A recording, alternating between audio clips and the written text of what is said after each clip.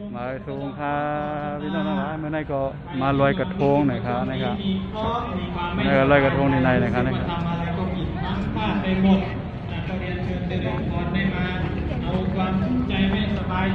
ลอยกระทงมาลอยกระทงจอมกันนะครับลอยกระทงนะครับก้นบ่อนำได้ๆนังเก่าๆนะครับปีนี้ยังมีโควิดอยู่นะครับเนาะนะครับวัดยานนาวานะครับ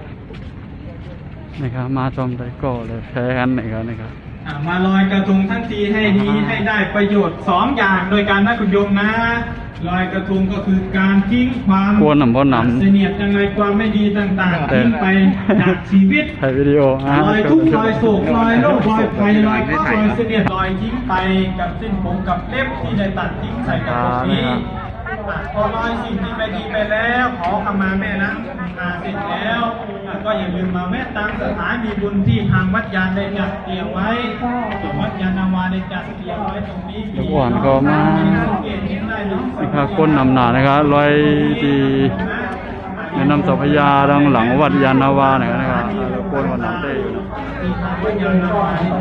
พอด้วยดังน้องได้ก้นบ่นำนะครับเนาะได้ดังนั้นได้ก้นนำหนานะครับ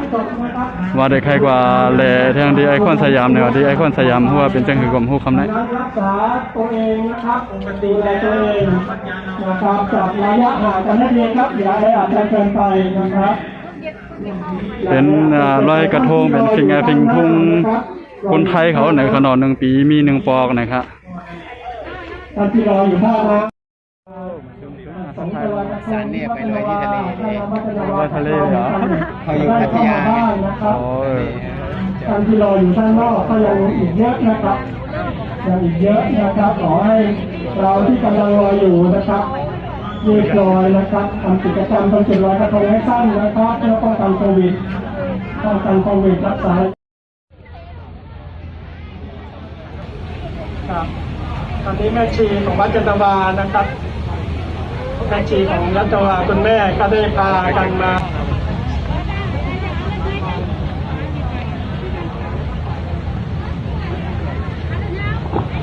ครับก็ขอสวัสดีทุกท่านนะครับพี่น้องประชาชนที่มา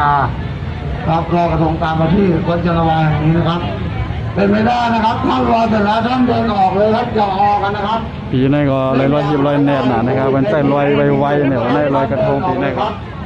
นะครับหลายรอคิวนานนะครับรอคิวขโมยนั่นอยู่นะครับก็เป็นสิริมงคลให้กับครอบครัว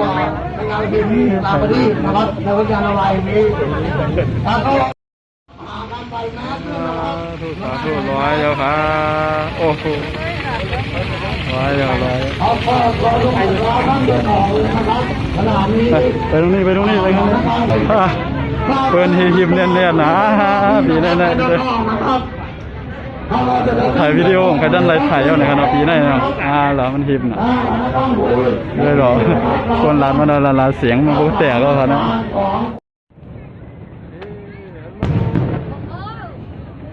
วัดยานนาว